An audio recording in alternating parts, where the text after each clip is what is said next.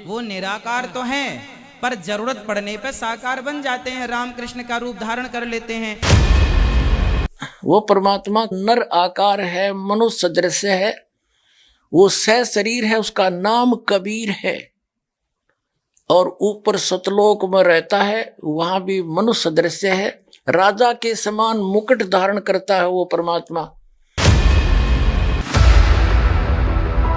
तक जो मैंने अध्ययन किया है धर्म शास्त्रों का, ठीक है। मैं सन 2000 से अध्ययन कर रहा हूँ। मैं इलेक्ट्रिकल इंजीनियर हूँ, लेकिन मैंने नौकरी नहीं की, मैं यही काम कर रहा हूँ। समस्त धर्म शास्त्रों का अध्ययन करना और रिसर्च करना। तो 22 सालों में मैंने यही पाया कि ईश्वर को न तो आंखों से देखा जा सकता है, न हाथों से छुआ जा सकता है, न मतलब किसी भी प्रकार से हमारा मन भी वहां तक नहीं पहुंच सकता। हम उनके स्वरूप की कल्पना भी नहीं कर सकते। ठीक है, सही कह रहे हैं। अब उत्तर तो दे दें? ये मेरा मतलब ये था। प्रश्न आपका हो गया तो अब उत्तर दे दें। हाँ जी जी, प्रश्न हो गया। हाँ जी। कृष्ण तो कृष्णस्तु भगवान स्वयं, भगवान कृष्ण भगवान है। वो निराकार से साकार बनकर आए हमारे और आपके लिए। आप सोचिए, आप कहते हैं भगवान निराकार है, उसे छुआ नहीं जा सकता, उसे देखा नहीं जा सकता। बात सही है, नहीं छुआ जा, लेकिन वो चाह ले कि आप मुझे छुएं, वो साकार भी है। 23 साल में आप पढ़े शास्त्रों को, इतनी सी बात ना समझ पाए प्रभु। वे देह को धारण करते हैं, देह नहीं हो जाती। हाँ, हमने कब बोला कि वो देह धारण? भगवान कृष्ण भगवान राम अनंत है। कौशल्या जी ने यही ना कहा कि आप लेकिन ये बताओ कि राम और कृष्ण सगुण साकार हैं या नहीं? पहले ये साकार रूप में दिखाई देते हैं। हाँ, वो वास्तव में निर्गुण और निराकार। हाँ, तो भाई हमने यही तो कहा कि वो, सुनो, वो निराकार तो हैं, पर जरूरत पड़ने पर साकार बन जाते हैं, राम कृष्ण का रूप धारण कर लेते हैं। उनसे कोई पूछे ना, भाई भगवान कैसा है, देखा है तूने? वो कहता है नहीं, देखा नहीं है। भगवान तो निराकार है, वो दिखाई थोड़ा ही देता है। और भगवान श्री विष्णु जी की पूजा मूर्ति बनाकर पूज रहा है, फिर भी कहता है भगवान तो निराकार है। तो विष्णु जी क्या है फिर, जिसकी तो पूजा कर रहा है? ये तो साकार है, मनुष्य सदृश है। हाथ इसके इनके 4 भी हो सकते हैं, ये 2 भी रख सकते हैं। तो ये अधूरा ज्ञान था, इनकम्प्लीट स्पिरिचुअल नॉलेज था। वो परमात्मा नर आकार है, मनुष्य सदृश है, वो सह शरीर है, उसका नाम कबीर है। और ऊपर सतलोक में रहता है, वहां भी मनुष्य सदृश है, राजा के समान मुकुट धारण करता है वो परमात्मा।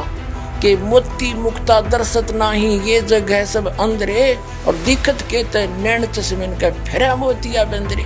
दिखे विद्वान बड़े वक्ता अटपट करके पता नहीं नो सोचब, इतनी धारावाहिक भाषण दे देते हैं, और अनजान व्यक्ति तो सोचे बस ये तो बड़ा विद्वान पड़ा है, इनका का पता नहीं इनको। इसके विषय में तत्व ज्ञान में कहा परमात्मा ने कि गोरख से ज्ञानी गणे, ये सुख दे जति जहान, और सीता सी बहु भारिया संत दूर स्थान। देखिए ये देखना, हम ऋग्वेद पढ़ रहे हैं, ऋग्वेद। आपको इसका पूरा प्रकरण दिखा दिया था। ऋग्वेद मंडल नंबर 9 सूक्त नंबर 86 मंत्र नंबर 26 में कहा है कि यज्ञ करने वाले यजमानों के लिए परमात्मा, यज्ञ माने धार्मिक अनुष्ठान अर्थात पूजा करने वाले यजमान माने भक्तों के लिए परमात्मा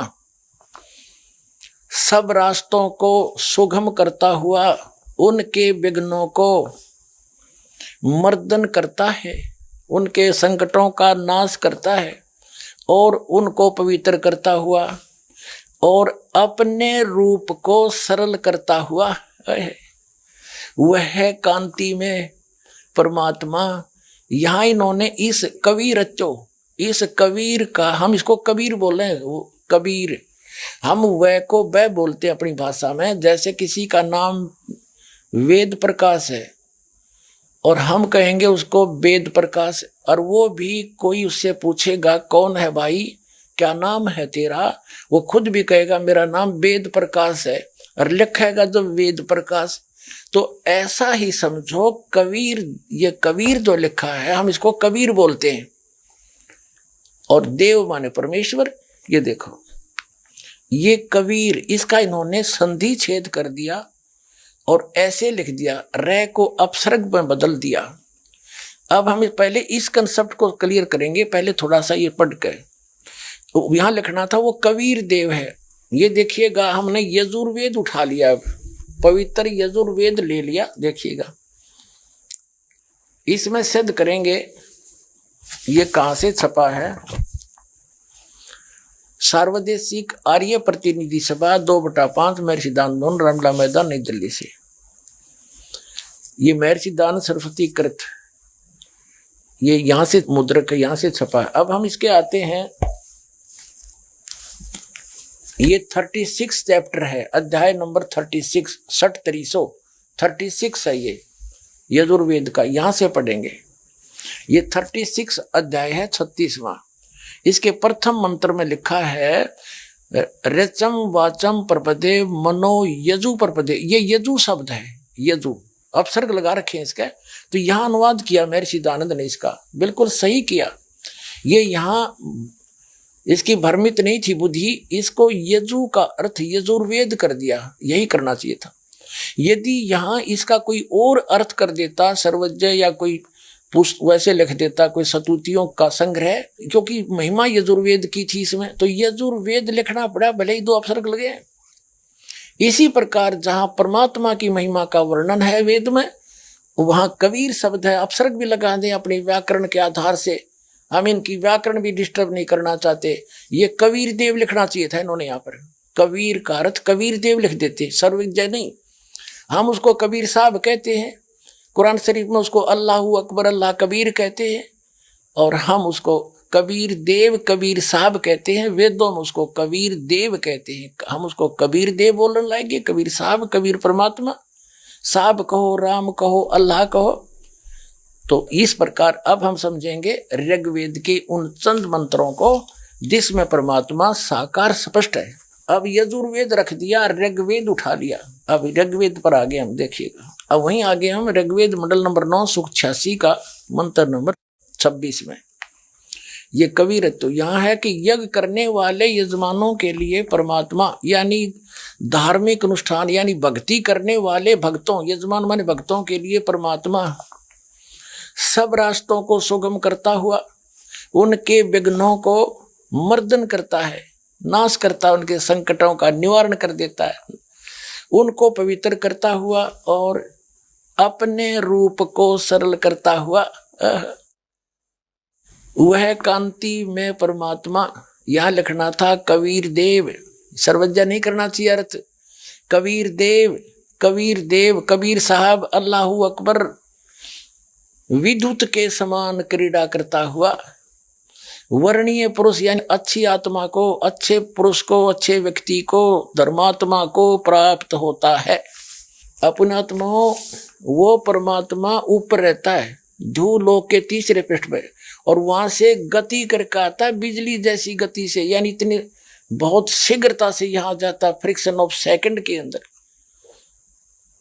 और वो कबीर है, वो कबीर देव है, अल्लाहू अकबर है। वो कहाँ रहता है देखो इसी में। ऋग्वेद मंडल नंबर 9 सूक्त 86 का मंत्र 26 आप पढ़ रहे हैं। हम यहाँ आगे पढ़ते पढ़ते वो कबीर देव विद्युत के समान क्रीड़ा करता हुआ, यानी आकाशीय बिजली की तरह एकदम पूरी स्पीड तय वर्णीय पुरुष को प्राप्त होता। वो कहाँ रहता है 27वें मंत्र में स्पष्ट कर दिया है।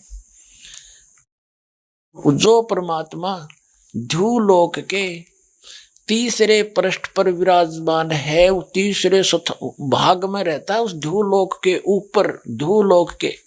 अब और दिखाते हैं आपको, वही ऋग्वेद मंडल नंबर 9 और सूक्त 54 यानी 54 का मंत्र नंबर 3 देखो नीचे।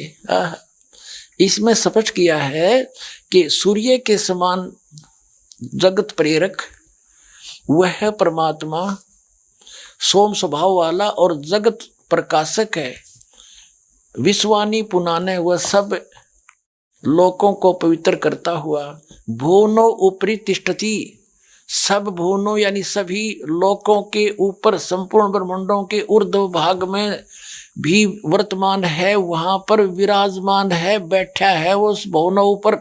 सभी भवनों के, सभी संपूर्ण ब्रह्मांडों के ऊर्ध्व माने ऊपर के भाग में तिष्ठति माने बैठा है और वहां से चलकर आता है। अब ऋग्वेद मंडल नंबर 9 सूक्त 82 में कति कंसेप्ट क्लियर हो जाएगा।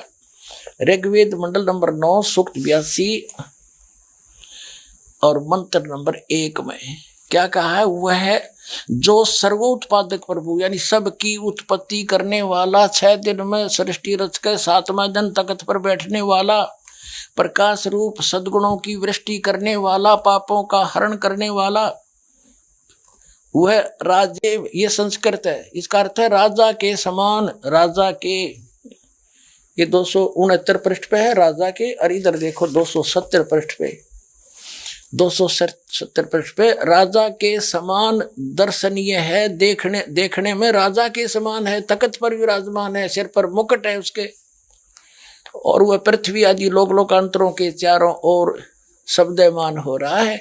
वह वर्णीय पुरुष को, अच्छी आत्मा को, जो दृढ़ भक्त है उसको पवित्र करता हुआ प्राप्त होता है। कैसे? जिस प्रकार विद्युत सने वाले स्थानों को आधार बनाकर प्राप्त होता है। आगे किस लिए आता है? उद्देश्य क्या होता है आने का? हे परमात्मन, उपदेश करने की इच्छा से, तत्व ज्ञान, यथार्थ ज्ञान बताने की इच्छा से आप महापुरुषों को प्राप्त होते हो, नीचे आकर के गति करके आते हो, और आप अत्यंत गतिशील पदार्थ के समान हमारे आध्यात्मिक यज्ञ को यानी हमारे धार्मिक अनुष्ठानों को प्राप्त होते हैं। आप कबीर देव हैं, आप अल्लाहु अकबर हैं, शुद्ध स्वरूप हैं, आप पाक हैं, पवित्र हैं। हमारे पापों को दूर करके हे अमर परमात्मा सोम आप हमको सुख दे दे। यह है पवित्र बाइबल, संपूर्ण जीवन अध्ययन बाइबल। प्रबंधक संपादक डेविड स्टुअर्ट, अंग्रेजी प्रधान संपादक Donald C Stamps, MA MDV, संयुक्त संपादक ये सारे इनका ये यहाँ से छपाई देखो। जेनेसिस माने सृष्टि, जेनेसिस 1, ये 4 पृष्ठ पे उत्पत्ति यहाँ से आरंभ होती है। प्रथम आदि में परमेश्वर ने आकाश और पृथ्वी की सृष्टि की, ये पहला दिन था। इस प्रकार ये पहला दिन हो गया। फिर दूसरा दिन हो गया, प्रकाश पर पुरुष बना दिया परमात्मा ने। फिर ये तीसरा सांझ भोर हुआ, फिर तीसरा दिन हो गया। जो कुछ भी इसमें फलदार वृक्ष जिनके बीज एक एक जाति के अनुसार बनाए, ये इस प्रकार। अब ये तीसरा दिन हो गया। दिन और रात पर प्रभुता करें और उज्ज्वला दियारा करें, इस प्रकार सांझ हुई, फिर भोर हुआ, ये चौथा दिन हो गया। फिर यहाँ देखें पृष्ठ नंबर 5 पे, वो 4 पे पढ़ा आपने। अब 5 पे क्या है? सांझ हुई, भोर हुई, फिर ये 5वां दिन हो गया। छठे दिन पे आना हमने, असली बात ये है। फिर परमेश्वर ने कहा मनुष्य को हम अपने स्वरूप के अनुसार अपनी समानता में बनाएं, और वे समुद्र की मछलियों और आकाश के पक्षियों और घरेलू पशुओं और सारी पृथ्वी पर और सब रेंगने वाले जंतुओं पर जो पृथ्वी पर रेंगते हैं अधिकार रखें, यानी उनसे समझदार हों। तब परमेश्वर ने मनुष्य को अपने स्वरूप के अनुसार उत्पन्न किया। अपने ही स्वरूप के अनुसार परमेश्वर ने उसको उत्पन्न किया, और नर और नारी करके उसने मनुष्यों की सृष्टि की। तो परमात्मा किसा होया? मनुष्य जैसा, नर जैसा। अंडरस्टूड हो गया?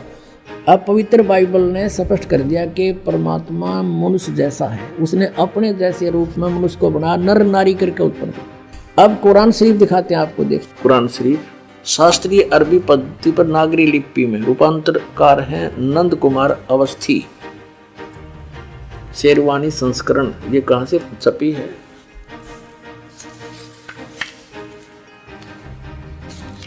ये वही लिखा कि वो इस्लामी किताब, इसमें कोई संदेह की गुंजाइश नहीं है।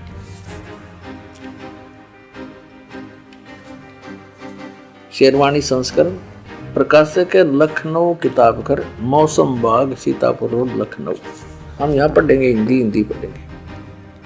सूरत फुरकानी 25 607 पृष्ठ पर यहाँ देखिए 59 नंबर आयत में, सूरत फुरकानी 25 में, जिसने आसमान और जमीन और जो कुछ उनके बीच में है सबको 6 दिन में पैदा किया और फिर तख्त पर जा विराजा।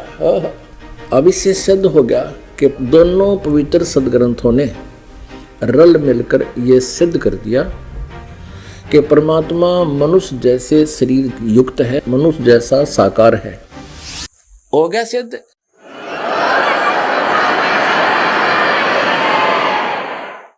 अब 3 पवित्र धर्मों के सदग्रंथों से सिद्ध हो गया कि वो परमात्मा नर आकार है, मनुष्य दृश्य है और ऊपर के लोक में तख्त के ऊपर विराजमान है, सब ब्रह्मांडों के ऊपरी स्थान पर, और वहां से गति करके सह शरीर आता है, यहाँ तत्व ज्ञान प्रकाश करता है।